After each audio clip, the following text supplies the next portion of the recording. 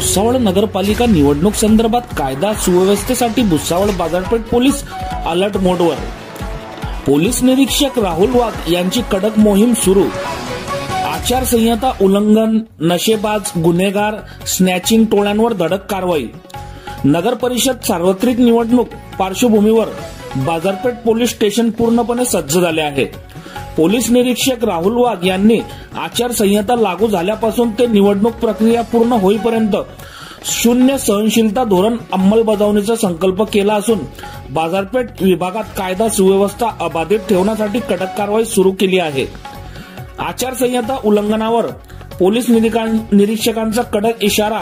राहुल वाघ यांनी प्रभागातील गुन्हेगारी हालचालींवर अंकुश ठेवताना स्पष्ट केले आहे की आचारसंहितेचे उल्लंघन, बेकायदेशीर जमाव, बेकायदा जाहिराती, पैसे वाटप, धमकी किंवा अस्थिरता निर्माण करणाऱ्या कोणत्याही प्रकारच्या कृत्यावर तत्काळ कठोर कारवाई करण्यात येईल.